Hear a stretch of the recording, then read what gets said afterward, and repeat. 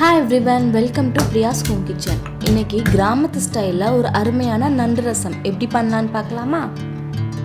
ஒரு மிக்ஸி ஜாரில் ஒரு டேபிள் ஸ்பூன் மிளகு, சீரகம், 5 பல் பூண்டு, ஒரு பச்சை மிளகாய் சேர்த்து கொரகரப்பாக அரைச்சி எடுத்துக்கலாம்.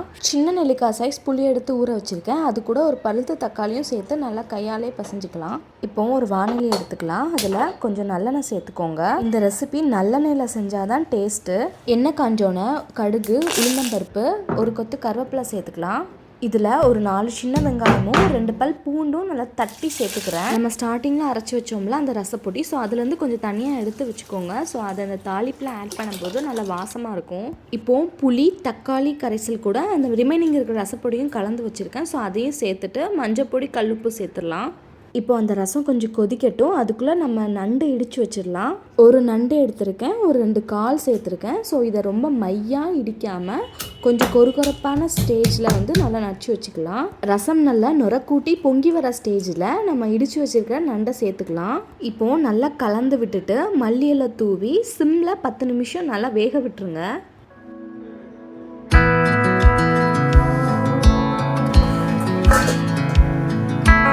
நண்டு நல்லா வெந்து ரசம் நல்லா கொதித்து வந்துட்டு, ஸோ இந்த ஸ்டேஜில் உங்களுக்கு மிளகு காரம் கொஞ்சம் தூக்கலாம் வேணும் அப்படின்னா மிளகு பொடி ஆட் பண்ணிக்கோங்க. ஒரு அருமையான நண்டு ரசம் தயார். இது ஒரு மணி நேரம் ரெஸ்ட்டில் விட்டுட்டு அப்புறம் சர்வ் பண்ணிங்க அப்படின்னா அருமையாக இருக்கும். அடுத்த வீடியோவில் பார்க்கலாம்.